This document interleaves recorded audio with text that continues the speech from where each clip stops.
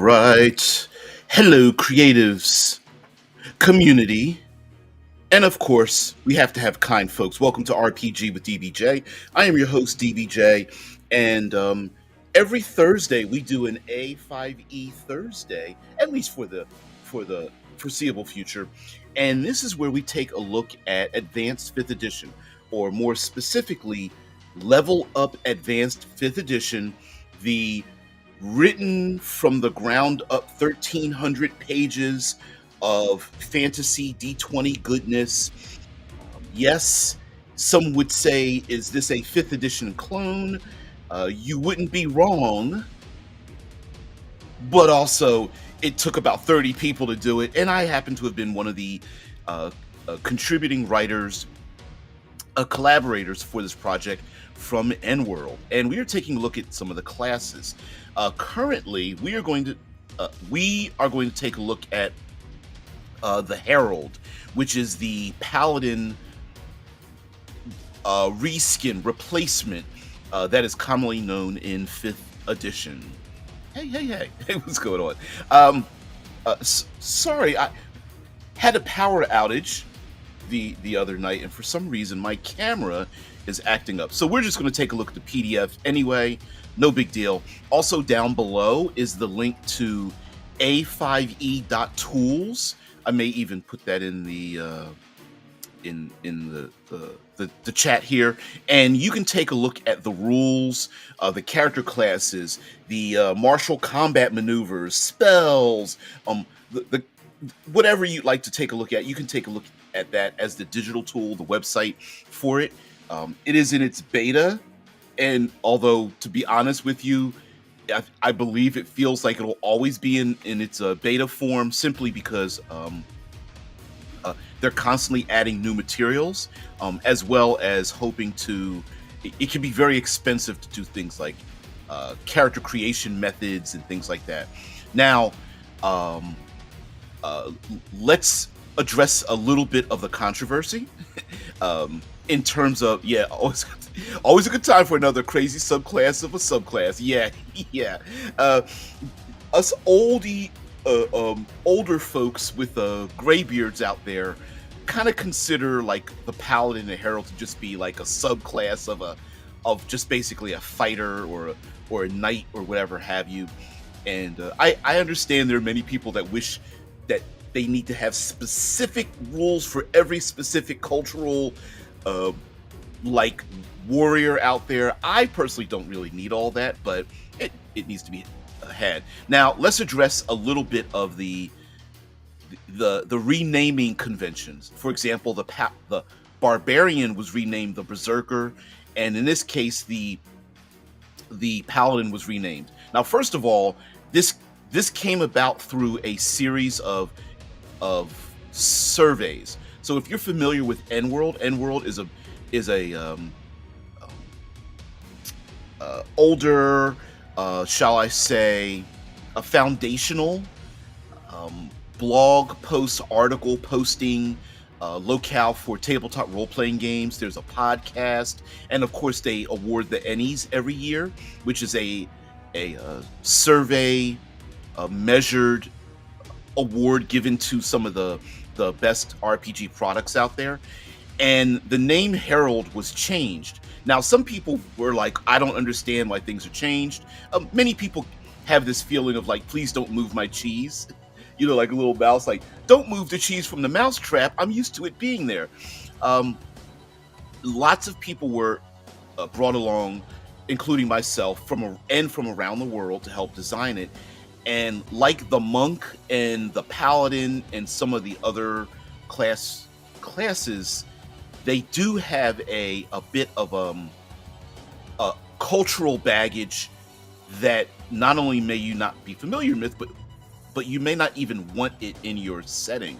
So the Herald was chosen by surveys to like kind of represent that, because if your world is it is not medieval inspired, or you have a tangential relationship to it, then you end up having, like the monk, you end up having this thing where you have to first remove the cultural aspects of a thing before you add in your own. And they said, well, why even bother having it there? Like the fighter doesn't have any cultural attachment. The thief doesn't have a cultural attachment to it. And so the Herald is where we are at. So let's get into the Herald.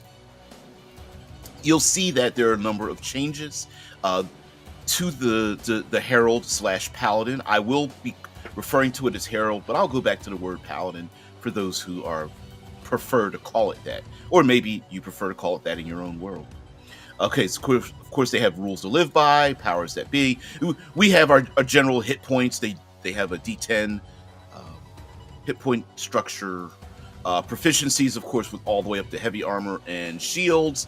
Their saving throws are with wisdom and charisma, and of course they have the skills they get to choose from and how to create a herald. Yeah, and then of course there's the creating a herald. When making your herald, ask yourself these questions. What is the cause they have dedicated themselves to? Do they serve a deity, a philosophy, or something else entirely? And then there's the equipment. And we get into the main meat of the character class. And again, in the character class to the very left of this chart, we have the level. And then next to that is the proficiency bonus that runs in parity to all the character classes. And then the features that they have. Beginning at first level, there's Divine Sense, Lay on Hands and Spellcasting. Next to that are something known as lessons known. Each character class has some form of like lessons, knacks. These are choices you can make that allow you to build, massage, carve, mold your character into the kind of character that you want. For fighters, I think they're known as knacks. For other classes, they might be things like knowledges or lore or what have you. And individually, they're minor abilities, but collectively, they will form your character. And that means that you could have a group of 5, 6, 7 players all play like a herald or a paladin, and it would all be completely different based on the lessons that they've known and when they pick them up. Next to that is our smite damage. I'll explain smite in just a minute, but at first level there really isn't additional smite damage, and then you'll see as it creeps up, you get a D8 at second level, and then at 5th level you have 2D8. At a 9th level it becomes 3D8, and so on. Then next to that, moving to the right, we have maneuvers known. These are like combat martial maneuvers. In A5E there are combat maneuver schools, and these are the number of maneuvers they have, and they are limited to which schools they can learn from. Of course, the fighter has access to all of them. And then next to that, we have the martial degree. There are 5 degree levels. Think of them as like spell levels, but these are all martial combat, weapon or unarmed combat, weapon combats, shielding in combat. So they are non-magical for the most part. You get one at a martial degree only you can pick from first level. So for example, if we get to 6th level, you know 3 maneuvers, but you can only learn those from the first degree. And then as you get to 7th level, you can get 2nd degree abilities, and so on and so forth. Let's get into, let's see if there's any comments here. All right. So in Divine Sense, back in ye olden days, it used to be detect evil, right? Divine Sense is a bit different than that. So choose one of the following sets of enemies: celestials and fiends, fae and elementals, or aberrations and undead. And this specific type of choice, and you'll see there are choices when it comes to the Herald, means that while you may think traditionally you're playing the holy golden knight, it's not necessarily that this will be the case for all player characters. Some of those characters may live in like come from the Feywild, or they're protecting a woodland area. Some may be more urban set or something like that. So you don't necessarily need to be the knight with the flaming golden sword always fighting against fiends. You may be fighting against Fey and elementals, which is kind of interesting, or aberrations and undead. But anyway, you can always sense when a creature of your chosen type is within 30 feet of you, but cannot determine their number, type, or location. So if they're within 30 feet, whether they're hidden or not, you can kind of sense that they're around, but you don't know how many there are or what type they are. As a bonus action, you can briefly enhance your senses to learn the location, number, and type of any creatures of your chosen types within 30 feet of you. When you do so, creatures of those types that are within range make a wisdom saving throw against your spell save DC, with advantage if the creature's CR is higher than your Herald level. On a failed save, you also learn the creature's identity. Within the same radius, you also detect any locations that have been consecrated or desecrated, as with the Hallow spell. You can activate this feature a number of times equal to your charisma modifier and regain spent uses upon finishing a long rest. And upon finishing a long rest, you may also swap your chosen set of creature types for another. And this swapping feature is prolific throughout many of the character classes, including the Herald. And that is so that you are not locked in or gated from changing a thing. For example, if you've chosen Fey and Elementals, and you're in the Outer Realms fighting against and fighting alongside Celestials and Fiends, you may feel a little disappointed. So being able to swap that out was a method to let that player still remain relevant. And of course, this could happen, narratively, this could happen where I don't know, aberrations and undead become the major factor in the adventure, and your player character's like, I hate them too. So swap. Also, it allows there to be, narrative growth for the character as well. Maybe they, they see innocent people being slaughtered by the undead, and they're like, well, I picked fiends and celestials, but hell, they deserve to die too. Lay on hands, very common. Your blessed touch can heal wounds. You have a pool of healing power that replenishes when you take a long rest. With that pool, you can restore a total number of hit points equal to your Herald level times 5. As an action, you can touch a creature and draw power from the pool to restore a number of hit points to that creature, up to the maximum amount remaining in your pool. Alternatively, you can expend 5 hit points from your pool of healing to cure the target of one disease or neutralize one poison affecting it. You can cure multiple diseases and neutralize multiple poisons with a single use of lay on hands, expending hit points separately for each one. This feature has no effect on undead and constructs. Let me bring about something. The removal of the cheese, the removal of the exploit, the whole smiting thing.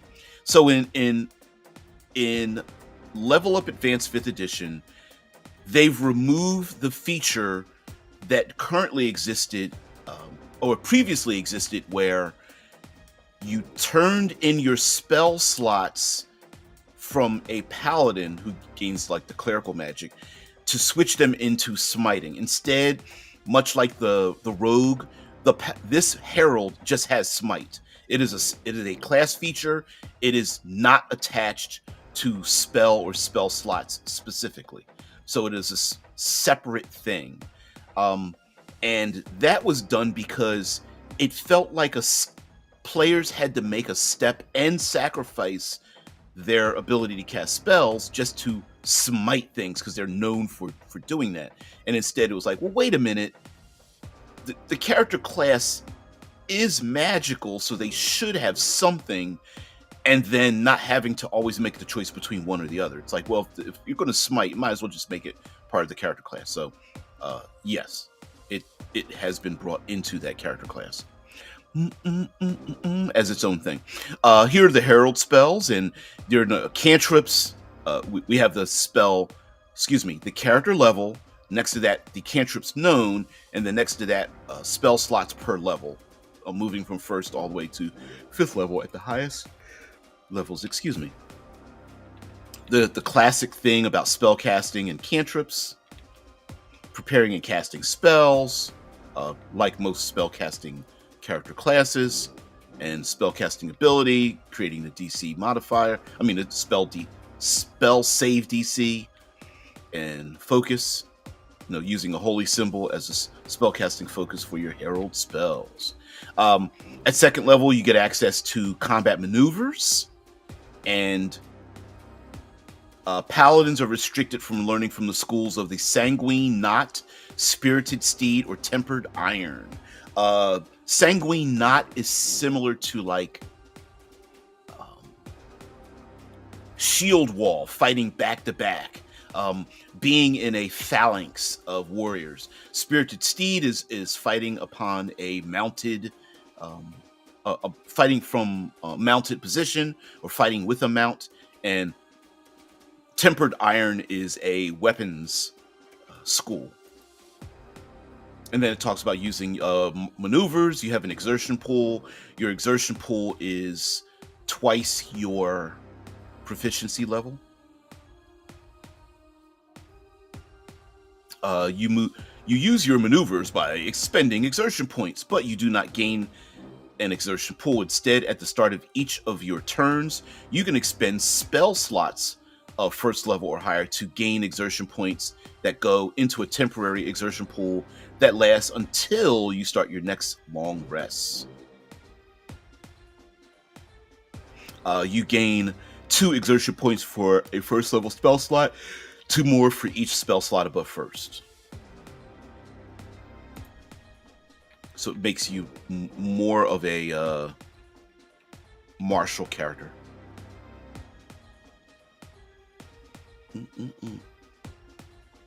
And then here's a little provision. Whenever you learn a new maneuver, you can choose one of the maneuvers you know and replace it with another maneuver of the same degree from a tradition you're proficient with. Ooh, tongue-tied. And this goes back to the idea of players being able to change and have choices in changing their character even after you've already gained levels and things like that. Divine Smite. Very common. Starting at second level, whenever you hit a creature with a weapon attack, you can choose to deliver a Divine Smite that deals an additional 1d8 radiant damage. The amount of extra damage increases as you gain levels in this class. You can use this feature a number of times, equal to your proficiency bonus, and regain spent uses upon finishing a long rest. Then there's Divine Lessons. The Divine Lessons are located at the back of the character class write-up, and that starts at third level. And then there is the Herald Archetype, and you get to choose one of these archetype schools at third level. And that's basically the subclass. The archetypes are the subclass. And you also gain channel divinity, like the cleric. Your oath allows you to channel the divine for more magical effects than just casting spells. Each channel divinity option granted by your oath explains how to use it. Whenever you use your channel divinity, you choose which option to use. Once you have used this feature, you can't do so again until you finish a short or long rest. And the save DC is equal to your Herald spell save DC. And we'll get into what kind of channel divinities there are in your oath.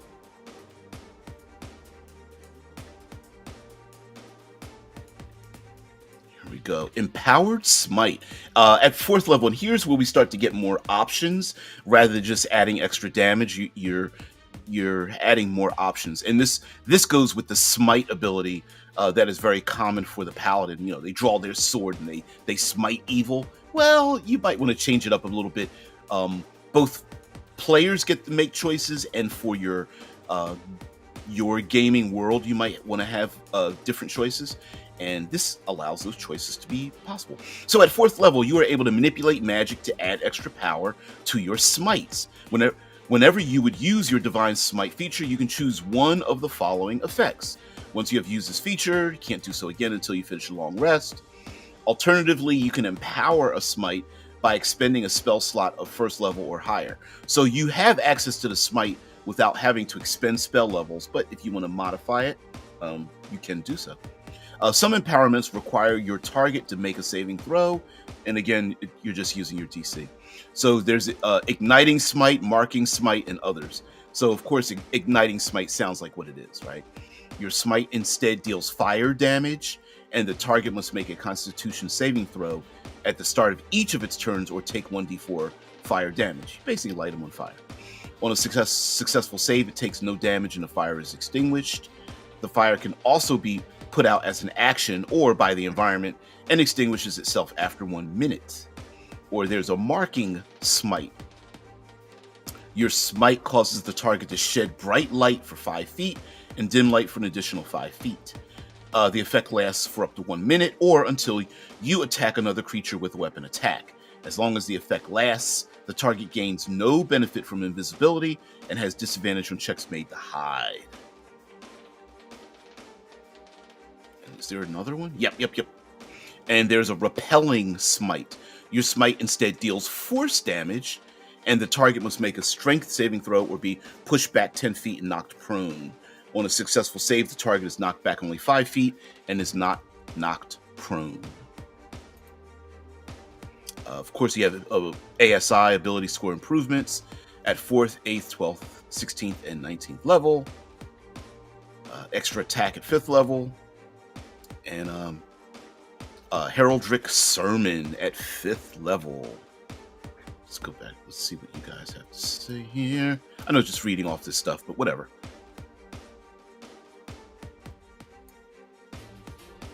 Prohibited from the School of Tempered Iron. What is that? No, not prohibited. You have access to the School of Tempered Iron. You're prohibited from the other schools. But yeah, it just means that the fighter has access to every combat school available. The other combat-oriented martial classes are like limited to the schools they can pick from.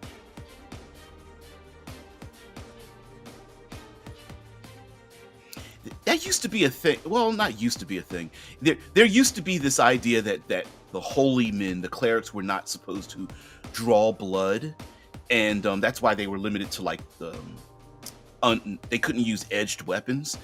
Paladins were never restricted from using swords and things like that. The paladin and the knight were always basically one and the same in many ways. Yes, I know there are people who've created the knight, and the knight is like a subclass and all that kind of stuff. But basically, they were the same thing. But for some reason, it was like, I was like, it sounds a little ridiculous that holy men were not supposed to draw blood when you're like, but in fantasy gaming, it's like, you do realize that if you smack someone with like a hammer or like a mace or something, you're going to be drawing blood quite a bit. But in current iterages of that, clerics are a little bit more, there's less restriction on that. And let's be honest, it really doesn't really matter that much. But that was the thing. But remember, druids were not unable to use metal weapons at one point too. Except for the scythe or scimitar or something like that. Yeah, after all, the thing about using maces instead of swords comes from some real-life order of knights. Is it Templars? Not sure. And they were much more like paladins and clerics. Yeah, and I think that was the case, right? And to separate the two, I mean, remember, these are role-playing games, and part of that is like we think we're armchair historians. So to separate one from the other, they were like, all right, well, let's put that with the clerics because they're the holy individuals, and the paladins are more like knights, and they carry swords and shields and things like that. So yeah, I don't disagree with you. I think that just happened to be one of those things that is more cinematic. And let's be honest, most, if not all, role-playing games tend to fall more on the cinematic level rather than the traditional, like, well, this is historic accuracy. Now, there's some people that prefer that, but then when you get into historic accuracy, then it's like well, which history book do you go by? And we're always learning new things. And which culture are you talking about? And which era are you talking about? And then you can go down a rabbit hole.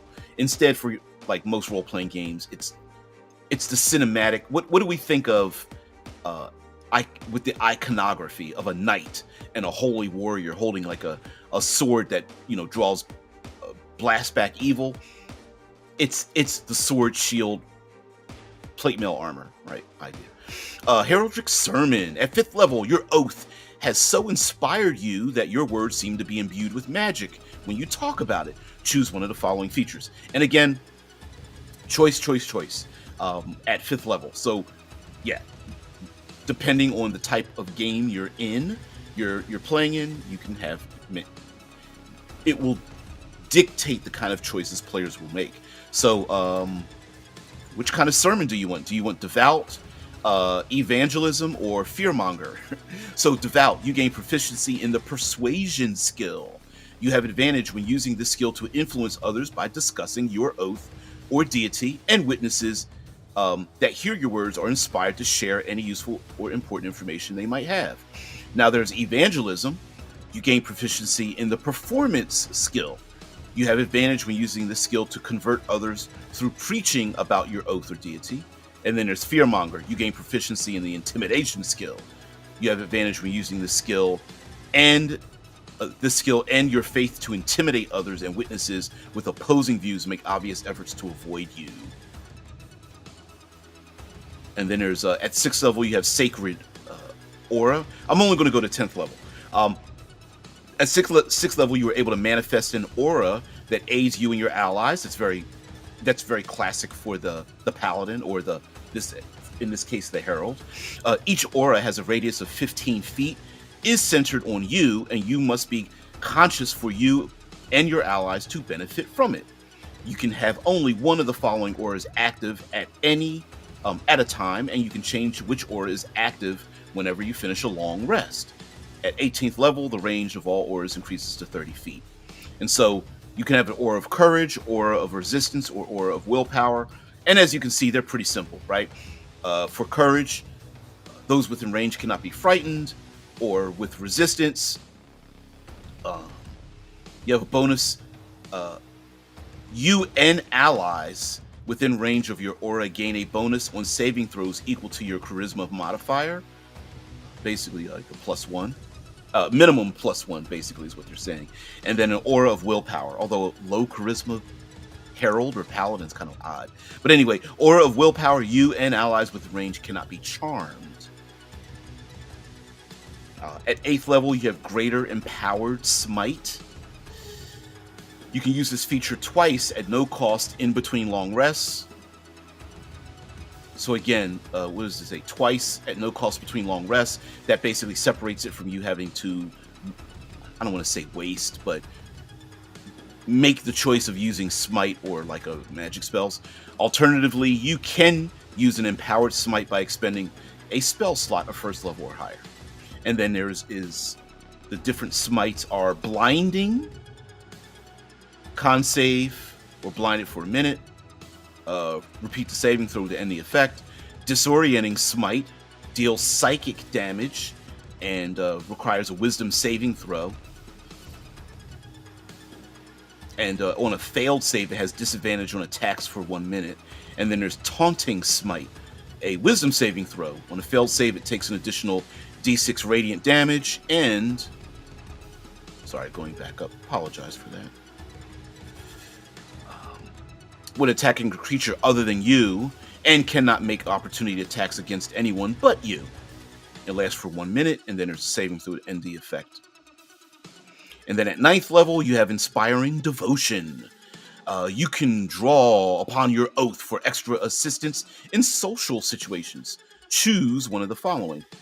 And then we have a Lend Faith, Reveal Heresy, or what is it? Truth of Conviction. So Lend Faith is when an ally within 30 feet that can see and hear you would make a saving throw or ability check. You can inspire them with your faith, adding your charisma modifier to the roll.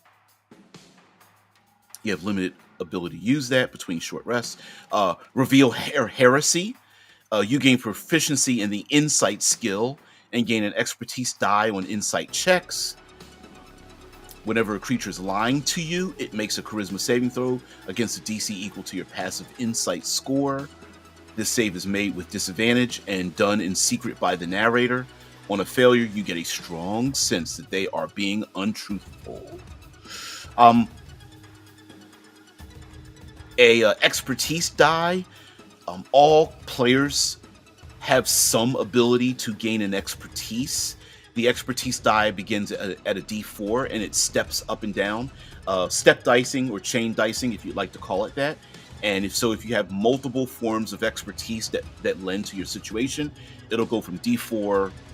2 forms of expertise will go to D6, D8, D10, etc. and goes up. I think D8 is the maximum. I would go to D12 because it doesn't even break the game that way.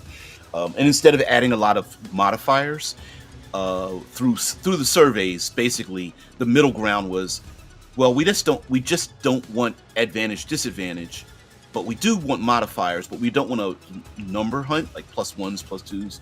We don't want to be a math finder. Sorry, but that was the case. So instead, there's step dice. So reveal heresy is that for insight checks, finding out who's hiding, who's lying, or truth of conviction. Whenever you or an ally are telling the truth and make a charisma ability check to do so, you can use this feature to treat any roll of 10 or less as an 11 for that roll. And lastly, we have improved sacred aura. At 10th level, you gain a more powerful aura that is active alongside your sacred aura. And then, what is that aura about? You get to make a choice. An aura of healing, overcoming, or smiting. For healing, whenever you or an ally cast a spell to heal yourself or another ally, while both are within your aura, both the spellcaster and target gain additional hit points equal to your charisma modifier. So a character using magical healing on someone else, because they're near you, they gain hit points equal to your charisma modifier, both you and the person being healed. So that's kind of cool. It's like your presence rejuvenates them. Aura of overcoming. Also, side note, you'll notice that this doesn't require you to cast a healing spell or ability.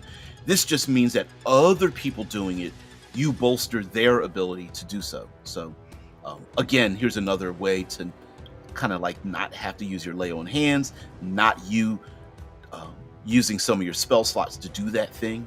It's just your presence. Aura of overcoming. Weapon attacks made by allies within your aura are considered magical for the purpose of overcoming damage resistances and immunities. That's a 10th level. And then lastly, aura of smiting. Whenever an ally within your aura scores a critical hit with a weapon, they deal additional radiant damage equal to half your Herald level. So at this point, it would be 10th level. They do an additional 5 points of radiant damage as long as they are within your aura of influence. And that's kind of cool. That's kind of cool. We'll get into divine lessons in just a moment.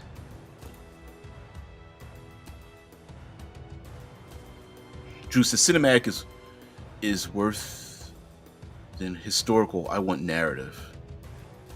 I hear you. Yeah. And listen, I understand there are some people who are very they're historians by nature and even by profession, and I get that. But these are role-playing games, and there's also elves and dragons and steam-powered machines and all that other kind of stuff. So it's not really medieval, and it's not really historically accurate. Yeah. These weapon limitations in original D&D were clearly part of the whole balance thing. Yep. Preventing spellcasters from being too badass in battle, but they've thrown all that out the window. They sure have. And yes, it was a nod to balance, and it was also a way to like, was it sometimes people call it niche protection, like, you know. And it's funny because players tend to like they try to push against the niche protection. It's like, no. You're not supposed to also be a fighter if you're the wizard, right? You're not also supposed to be able to wear armor and also supposed to do. The whole point is that the fighting character classes are supposed to be the fighting types. But yeah, players have pushed against it, and a lot of games have. If you want to sell things, sometimes you want to give people what they want, but sometimes it's better to give them what they need. So, and I'm kind of with you there, Drew. If I think I understand what you're saying, that it's better to have the narrative, and then the rest of it will fall into place. So, also, if I can go back to the Herald versus Paladin argument, the thing is that many people consider Dungeons and Dragons to be very European, medieval, like high European fantasy. But if I want my cultures to be maybe related to ancient India or ancient Japan or ancient South American or ancient Tibetan or a medieval version of Mongolia or something like that, now I've got to take my scraper, scrape away the paladin, and then layer that onto, say, riders in the steppes who are using like bows and arrows, or what is it? For some reason I'm coming up with the image of ancient Indian. What are their names? The warriors that had the long scimitars and the chakrams and the Katar punch daggers looking things and stuff like that. And it's like, it doesn't really fit for the paladin, but it does fit for this thing. So I prefer that. I mean, for me, if I make an African warrior, it's like, now I got to scrape off this one thing to put this other thing, layer it on there. And like I said, for many people, they go, well, I don't understand why you got to move it. But how many people have argued about the monk being in classic Dungeons and Dragons, right? It's like, I don't want Shaolin monks in my world. Well, now you understand what we're talking about. Okay, so we have divine lessons, and divine lessons, there's a list of these. As a matter of fact, let me go to a 2-page spread. And divine lessons are like these small character features that allow us to again shape our character class into the kind of thing that we like. Divine lessons begins here. And then it goes on to each one of these things, like bestowed understanding, divine health, divine vision, exemplary, glorious purpose, miraculous discovery, naturalist, prophetic protection, seek truth, sensory, sense import, and I think it goes on to the next page, heraldic order, silver tongue, undaunted. Let me pick a couple of these. Let's pick do without. Right? Let's pick this one here. Your divine connection and years of training combine to allow you to survive without supply for a number of days equal to your charisma modifier without suffering any adverse effects.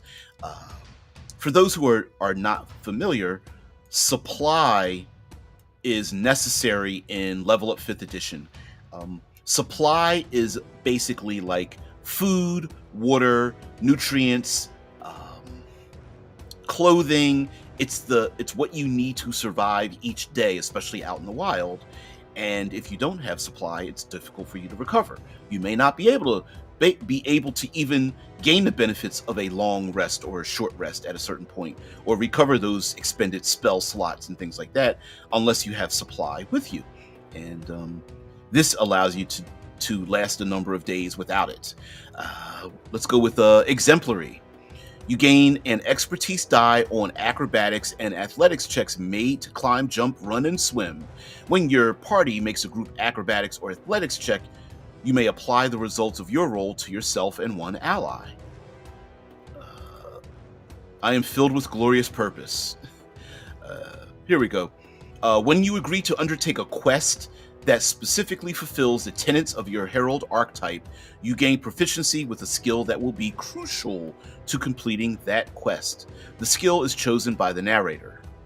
If you are already proficient with the skill, you gain an expertise die instead. The benefits of this divine lesson do not change until the quest has been completed. Now, Again, you get to pick these when you have access to your divine lessons.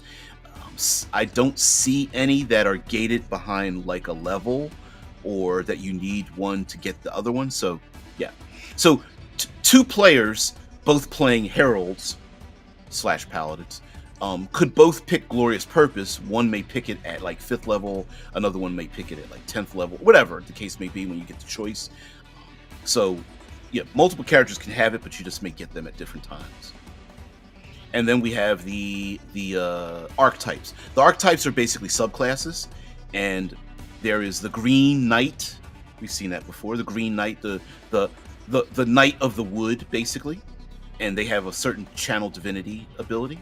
There is, what's the other one? The Holy Champion. We have the Green Knight over here to the left. We have the Holy Champion. This is the one that gets their power from a deity. And what's the third one here? Oh, the Inquisitor. Knights of Judgment. And then it does have like the tenets down below. And of course you can create your own different tenets. For example, let me go back to the Green Knight. If we go back to the Green Knight, their tenets are... all Green Knights hold similar tenets regardless of the deity they serve. Defend nature, embody strength. What are some other features here? Ensure the cycle and walk the world. Let me get to the very end of the thing of character classes.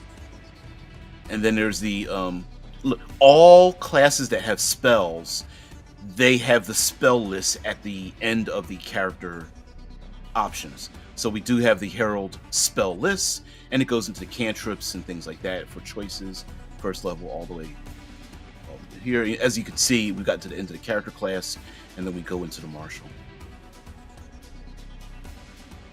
So let me share out. Let's share this out here.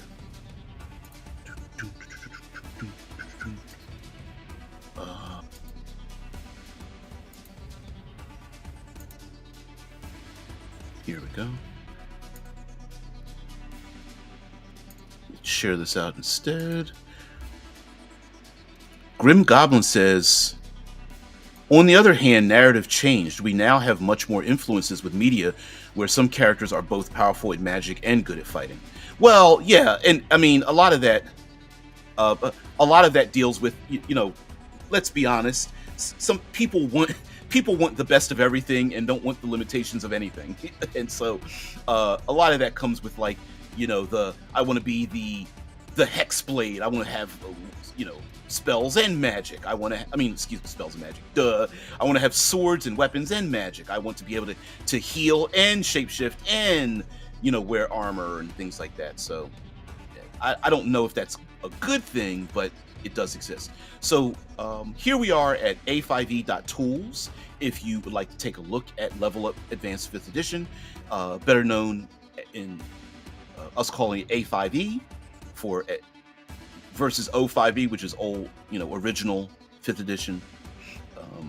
But we can go over here to characters, and we can go to adventuring classes. Click that. Slide down, figure out which one you want to play. We go to the Herald. Click the Herald, and talks about their dedications and things. Creating a Herald. Within the core rules, the Green Knight, the Holy Champion, and the Inquisitor are the archetypes, the subclasses. And you can pick those archetypes. There's the Executor, or Executore, I guess. The Revoker and the Stone Warden, and those are from the Gate Pass Gazette, probably, and other books. And so you do have access to them as they incorporate this into the A5E.tools rule set. And then, of course, as I was showing you the PDF, all of this is available here, listed on the website. And it does tell you, like, whether it's first level, second level, what you gain at those levels, so you can easily page down and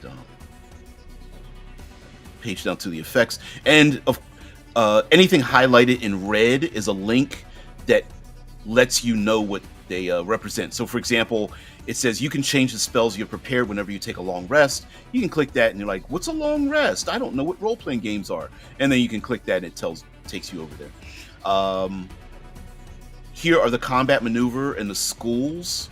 You gain proficiency in 2 combat traditions, and sanguine, not spirited steed, or tempered iron. So let's click tempered iron so we can take us over there.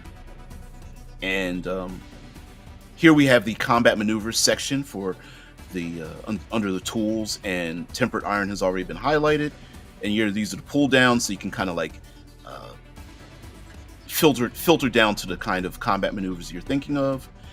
And again, the combat maneuver section is like these are martial abilities, like in parity to spells like spellcasting classes, except they are non-magical, and they're kind of like 0.25 level, if that makes sense to anyone. Instead of being like a full level caster, it's more like a 0.25, or like a half level caster. It's more like 0.25. But anyway, the tempered steel school, these are the names of the abilities, and then it goes across what degree they are: 5th level, 3rd degree, blah blah blah, and a summary, and then you can click more specifically what they are. So let's find something easy here. Branding steel, break spell, burning embers of faith, devoted assault, faith within, 2nd degree, 1st degree. Here we go. Purge magic. Let's click that.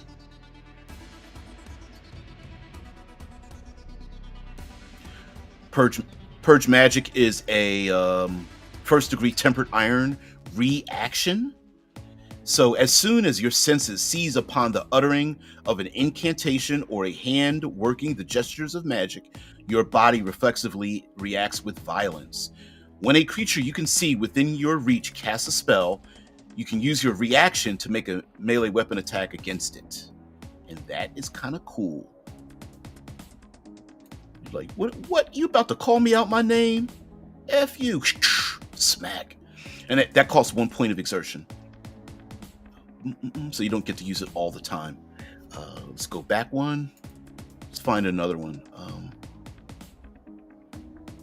Striding swings. This is another 1st degree. Yep, 1st degree. Costs 1 point of exertion. 1 point of exertion. 1st degree tempered iron action.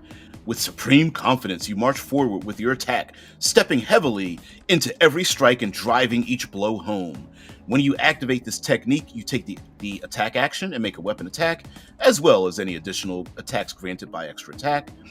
You move up to 15 feet. This movement can be through the space of hostile creatures that are up to one size category larger than you, and the spaces of other creatures do not count as difficult terrain. So you get it. You get to basically move through other people's spaces, and maybe even blast a couple of people along the way. So there's other things, and these are all the martial techniques under the school of tempered iron. And it kind of tells you if you kind of know what it is. Like, zealous stance says gain expertise die on attacks in exchange for granting expertise die to your foes. Striding swings move up to 15 feet through hostile spaces. Spell shattering strike, disrupt an enemy spell casting and fray the magic, disorient them, etc., etc. So.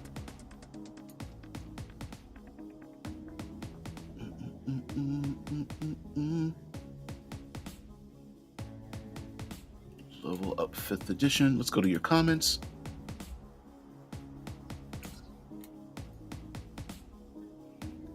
I struggle at the moment.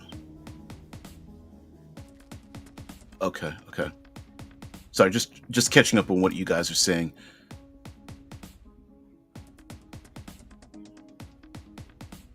Hexblade. It always seemed like one of the most bogus power gaming classes. Yeah, I get it. You guys are talking about things, yeah. It's hard.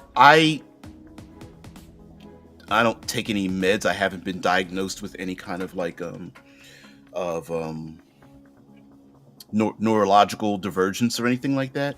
So I apologize for not being able to. The only thing that I can offer to any of you out there that feel or have been diagnosed with suffering from that is just my dulcet tones and understanding and a safe place to do so. Way over here. Yeah. So anyway, guys, thank you very much for allowing me to show off Level Up 5th Edition. Again, as a full disclosure, I was one of the contributing writers to the Trials and Treasures book. So that was I guess you could call it the Dungeon Master's Guide-ish, or whatever. And I didn't help design any of like the gaming classes, the redo of the spells and all that kind of business. But I was part of I could see what was going on, so I can offer a few of my insights. And I'm glad I was able to show this off to you guys. So this is A5E.tools. Let me go back to the...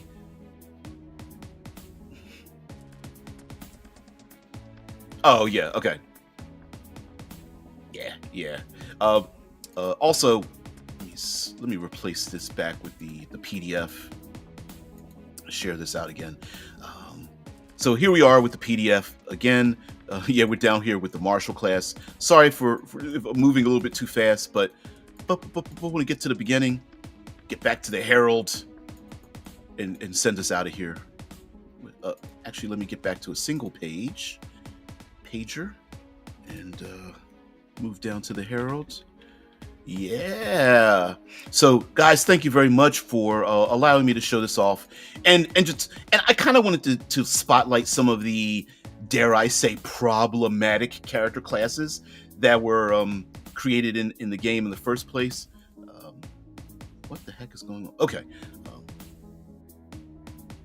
So, by the way, have you done or will you do a video like this for the Adept? First, I have not done one for the Adept, and yes, I will. So, guess what? It's your fault that next Thursday I will do the Adept. I will spotlight the Adept. As a matter, what just happened to my screen?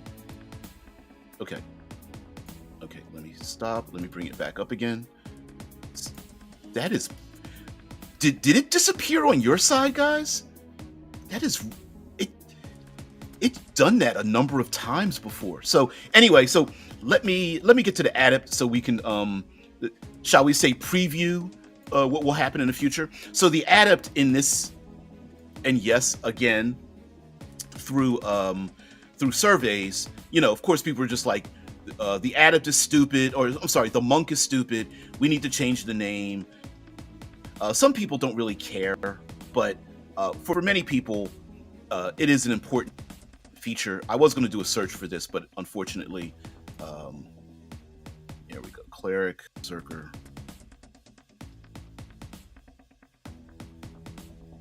There's the Bard. There we go. We will do that. And by the way, because the Adept is a martial class, the Adept does have access to the maneuvers, combat maneuvers, martial traditions, things like that. So let me get to the beginning of it.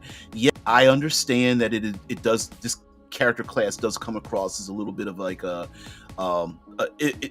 martial arts. We kind of think of like Shaolin monks, or like people in like karate gis, or like martial arts silks and things like that. But there was an attempt to make the Adept a bit more fantasy and medieval.